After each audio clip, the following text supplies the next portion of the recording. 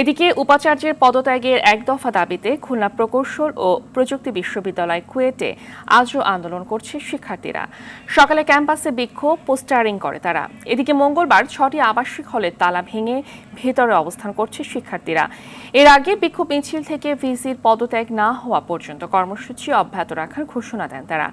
এদিকে তালা ভেঙে হলে প্রবেশ আইনের লঙ্ঘন বলে জানিয়েছে বিশ্ববিদ্যালয় প্রশাসন।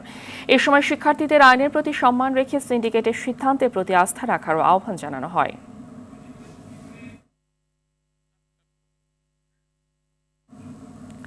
এ বিষয়ে আরো জানাতে কুয়েট থেকে যোগ দিচ্ছেন সহকর্মী SM মনিরুজ্জামান।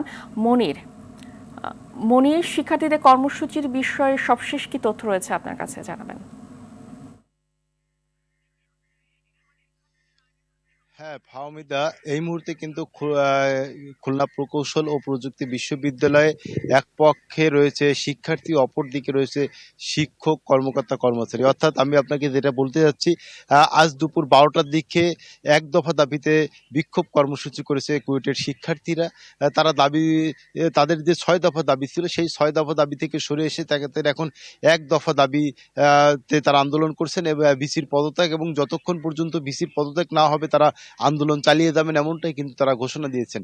অপরদিকে আজ দুপুর 1টার দিকে কুয়েটের যে সকল শিক্ষক, কর্মকর্তা, কর্মচারী রয়েছেন তারাও এই এক দফার বিপক্ষে মানববন্ধন এবং বিক্ষোভ সমাবেশ করেছে, এবং এই সমাবেশ থেকে শিক্ষক নেতারা যে কথাটি স্পষ্ট ভাষায় বলেছেন সেটি হচ্ছে, ছাত্রদের যে 6 দফা দাবি ছিল তার 5 দফাই ইতিমধ্যে মেনে নেওয়া হয়েছে। তাই শিক্ষার্থীদের আহ্বান জানিয়েছেন তারা যেন আলোচনার মাধ্যমে এসে যে কোনো সমস্যার সমাধান করে।